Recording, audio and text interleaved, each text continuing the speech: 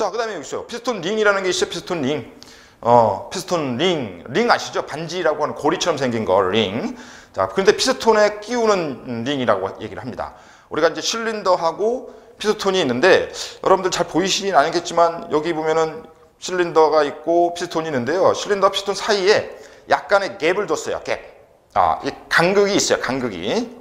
이 간극을 왜 두느냐 하는 것도 우리 필기 시험에서 가끔 기초적으로 묻는 문제가 나오는데, 자, 이런 상황이 있지 않습니까? 피스톤 갭을 두는 이유가 피스톤은 어느 정도 워밍업이 되고 나면 온도가 올라간다는 얘기죠. 한 500에서 700도 정도 올라가는데, 그러면 이 금속이라는 친구는 열이 올라가면 어떻게 돼요? 팽창을 하겠죠. 예, 팽창. 예, 팽창을 하면은 만약에 실린더 사이즈와 피스톤 사이즈가 똑같다면은 피스톤이 팽창을 해서 실린더 벽에 붙어버리면 고착이라는 것을 하게 되겠죠. 우리는 그런 얘기를 고착 또는 소결, 타서 붙는다, 뭐 이런 말로도 표현을 하는데요. 타서 붙으면 엔진이 움직이지 않겠죠. 그래서 엔진을 만드는 개발자들은 피스톤이 열받았을 적에 팽창할 수 있는 것까지 계산을 해서 그 갭을 두게 된다는 얘기죠. 피스톤 간극. 그래서 그 간극을 두게 되는데, 근데 그 간극을 둔 상태에서 피스톤이 아래 위로 뭐 흡입을 하고 압축을 하고 폭발을 하게 되면 그 간극 사이로 어떻게 되겠습니까? 가스나 폭발 압력 가스나 배기가스가 다 새어나온다는 얘기예요. 그래서 그러한 기미를 유지하기 위해서 우리가 피스톤 링이라는 걸 집어넣는다는 얘기죠. 어떻게 말하면 우리가 일반적으로 생각하는 거 있죠. 어떤 파이프의 누수나 뭐 수도꼭지의 누수, 이런 거를 누수 부분을 새지 않기 위해서 연결 부위에는 반드시 실이라는 게 들어가죠. 실, 고무 파킹, 고무 파킹, 실, 이런 걸이 들어가잖아요. 근데 화학적으로 또 열이 많이 발생하고 화학적으로 위험한 독극물이라든지 이런 것들의 기민을 유지할 경우에는 기계적인 실이 들어가요. 메커니컬 실이라고 해서 금속 실을 얘기하죠. 금속 실. 그렇게 생각하면 쉽다는 얘기죠. 피스톤 링이라는 거는 피스톤과 실린더 사이에 갭을 메꿔주는 기계적 메커니컬 실이라는 거예요. 메커니컬 실. 그거를 우리는 피스톤 링이라고 부르게 된다라는 얘기입니다. 반드시 있어야 될 부분에 해당이 되죠. 그래서 피스톤 링은 1번 링과 2번 링 또는 이 있고, 그 다음에 오일을 제거해주는 오일 링, 이 세 가지가 조합인데, 첫 번째 거하고 두 번째 거는 압축을 하거나 할 때 필요한 링에 해당이 되는 거죠. 그래서 1번 압축링, 2번 압축링 이렇게 부르기도 하고, 맨 밑에 있는 친구는 오일링 이렇게 얘기합니다. 피스톤 벽이나 실린더 사이에도 뭐가 들어가죠? 예, 오일이 분출할 겁니다. 오일을 윤활시켜서 피스톤이 원활하게 움직이게끔 할 건데, 그와 같은 과정에서 오일을 그냥 놔두면 안 되기 때문에 오일을 긁고 내려와요. 그래서 피스톤 주변에 말끔한 정리를 해주는데, 그러한 링을 오일링이라 얘기를 하게 된다는 얘기죠. 그래서 조합이 압축링 2개, 오일링 하나 이렇게 조합을 형성시키는데, 모든 엔진들이 다 그렇게 3개의 링으로 가지고 있냐? 그렇지는 않다. 엔진의 종류에 따라서 압축링 2개, 오일링 2개 이렇게 갖는 것도 있다. 2개씩 갖는 것도 있다. 뭐 이거는 상황에 따라 달라지는 거니까 꼭 외워야 할 필요는 아니지만, 그런 피스톤도 엔진도 있더라 알아두시면 좋겠죠. 자, 그 다음에 소개시켜 드릴 게 뭐냐면요, 실린더 헤드라는 거죠. 실린더 헤드. 예, 실린더 헤드는 이제 우리가 실린더 헤드와 블록은 서로 분리될 수 있게 만들어 놨는데요. 실린더 헤드 위에는 이제 연소실 공간이라든지, 자, 연소실이라는 건 뭐냐면 이렇게 피스톤이 압축을 했을 적에 압축된 공기가 모여 있거나 스파크 플러그에 의해서 폭파가 처음 시작하는 요 공간 있죠. 요 공간. 공간이 사라졌네요. 요만한 공간을 우리가 연소실이라고 표현을 하죠. 그 연소실의 공간은 이렇게 반 나눠가지고 이 윗부분, 실린더 헤드에 존재한다는 거죠. 실린더 헤드에는 연소실 공간을 만드는 것도 있고, 지금 보시는 밸브, 배기 밸브, 흡기 밸브, 그 다음에 스파크 플러그, 뭐 이러한 친구들이 다 조합이 되어 있어서 상당히 복잡한 구조를 가지고 있게 되겠죠.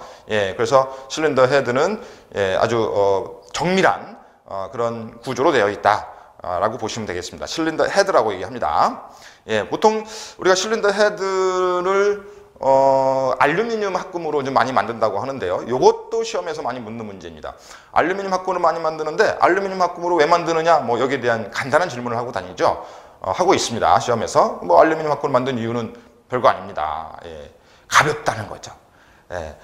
자, 엔진은 같은 힘을 내더라도 가벼운 차량이 훨씬 더 효율이 좋은 걸로 되어 있죠. 그래서 되도록이면 엔진의 무게를 낮추려고 많이 노력을 하거든요. 예, 그 방편의 하나가 바로 실린더 헤드 부분은 블록보다는 좀 더 에너지나 이런 것들이 좀 덜 전달이 되기 때문에 폭발이나 에너지 폭발이나 이런 충격이 덜 하기 때문에 헤드 정도는 알루미늄 만들어도 된다 이렇게 얘기를 하는 거죠. 이게 알루미늄 순수한 알루미늄 만드는 것이 아니라 알루미늄 합금으로 만드는 거죠. 합금. 예, 합금이라는 건 뭐예요? 두 개 이상의 원소들의 금속이 결합한 거죠.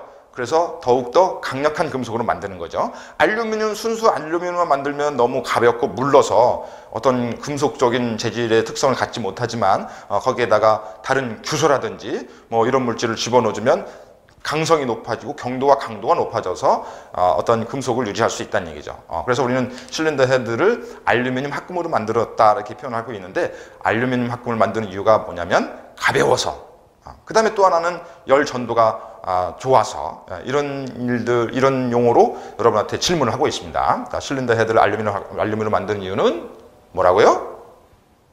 네, 가볍죠. 그 다음에 열 전달이 좋다. 네, 이렇게 알아두시면 좋겠습니다. 실린더 헤드.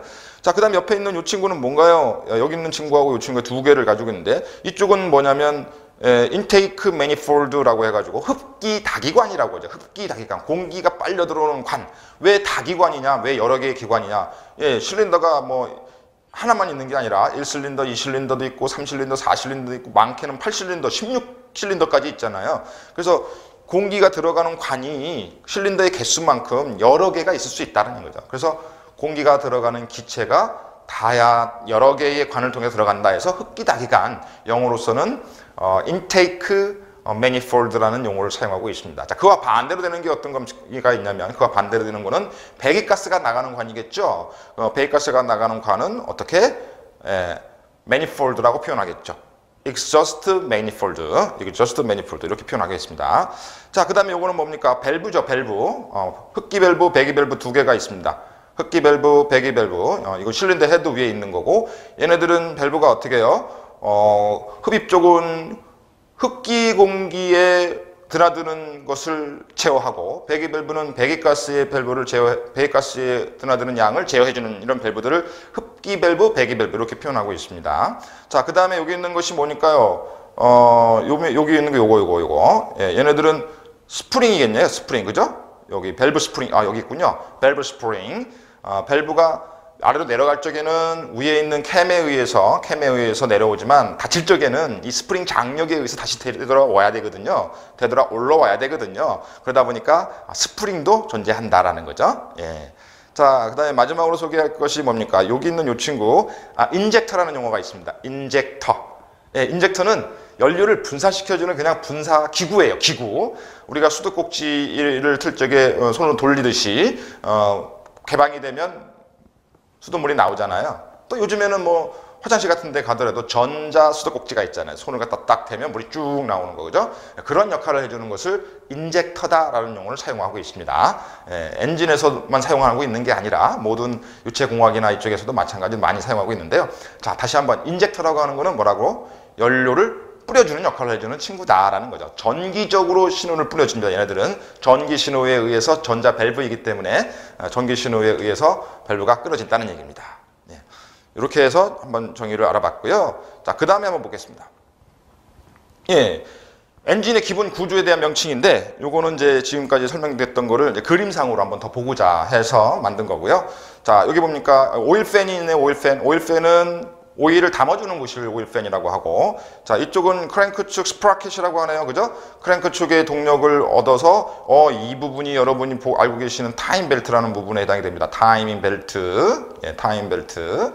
자, 이 타임 벨트는 엔진의 동력을 어떻게 크랭크축까지 올려주는 역할을 해주는 것을 얘기하고 있죠. 그 다음에 중간에 보니까 이 크랭크축 벨트가 있는데 이 벨트 사이에 뭐가 있어요?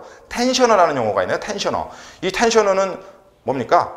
벨트에 장력을 주는 거죠. 자, 벨트와 벨트 사이에는 반드시 어떤 장력을 갖춰져 있어야 됩니다. 그러려면 그 장력을 조절해주는 장치가 반드시 있어야 되는데 그거를 우리는 텐셔너라 부른다.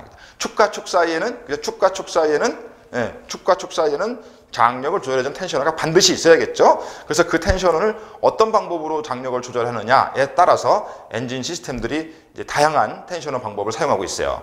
엔진 기관마다 차종마다 텐셔너의 장력을 주는 방법들이 다양한 방법을 사용하고 있다는 것입니다. 자, 그런 것이 있고요. 다음에 캠축 스프라켓이라고 표현하고 있고, 아까 봤던 배기다기관, 흡기다기관 여기 있네요. 이거는 이제 워터펌프, 물펌프를 돌리는 거고, 오일 필터, 이렇게 해서 한번 그림을 봤는데, 이거는 옛날에 그 엑셀 엔진, 뭐 소나타 엔진 이런 엔진들이 이런 그림을 가지고 있었습니다. 자, 다음을 볼까요? 여기는 이제 로커암 커버라고 하는 용어가 있네요. 로커암 커버. 아까 여기 밑에 있는 건 밸브 스프링이고요. 여기 있는 친구가 럭커암입니다. 럭커암. 럭커암이라는 거는 밸브를 열고 닫고 해주는 팔을 럭커암이라는 말로 표현하고 있고요. 그 위를 덮어주는 뚜껑이죠. 그래서 이거를 로커암 커버, 이렇게 로커암 커버 이렇게도 부른다는 얘기입니다. 이렇게 부르고 있습니다. 자, 워터펌프 풀리가 있네요. 워터펌프 풀리. 얘네들은 이제 엔진의 동력을 받아가지고 펌프를 돌려주는 장치인데, 이 풀리라고 하는 친구들은 뭡니까? 풀리라고 하는 친구는 도르래 아시죠? 도르래. 밧줄을 걸어서 그냥 당기면 안에 있는 녀석이 빙글빙글 도는 거. 이런 거를 풀리라고 한다는 얘기죠. 근데 여기서 잠깐 구분짓고 가야 할 내용이 있습니다. 풀리와 스프라켓의 차이점이 좀 알고 가셨으면 좋겠는데, 풀리는 그냥 도르래라고 표시할 수 있고요. 풀리는 도르래다. 풀리 그냥 회전만 시키면 된다. 회전.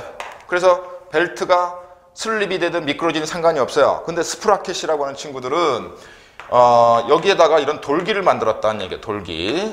돌기를 만들어서 강력한 힘을 전달할 뿐만 아니라 벨트에다가도 돌기를 만든 거죠. 돌기를 이런 식으로 돌기를 만들어 가지고 얘네들은 그죠?